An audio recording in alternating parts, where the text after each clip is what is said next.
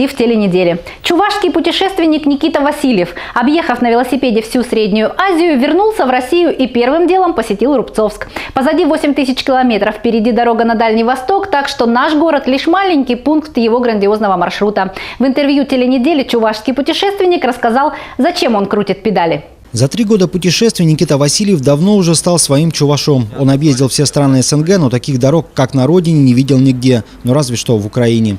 Это, пожалуй, и делает его путешествия такими экстремальными. Плюс еще погода, а также постоянная смена климатических и часовых поясов. В остальном же от своих поездок парень получает только позитивные эмоции. Экстремальные, наверное, только связанные с погодой, погодные условия, потому что я зимовал в горах, Таджикистан.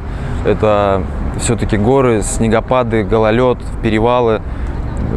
Было множество падений, слава богу, таких ничего серьезного не было, но, конечно, погодные условия, мороз, вот такие вот. А в плане, что касается с людьми, только доброжелательные люди попадаются в дороге. Даром преподаватели время с Никитой тратили. Однажды он решил все бросить и отправиться за знаниями самостоятельно. Парень должен был стать учителем географии, но решил не в теории, а на практике изучить предмет, который впоследствии будет преподавать своим воспитанникам. В будущем я уже буду трудиться по своей специальности, а сейчас у меня это большой географический опыт. Я познаю все своими глазами, смотрю, общаюсь с людьми, смотрю, как живут люди в разных странах, в разных, как говорится, географических условиях, в горах, в степях.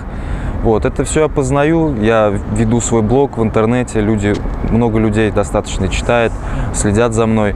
Вот, я стараюсь, конечно, все интересно описывать. Ну, не всегда, конечно, в условиях дорожных это получается.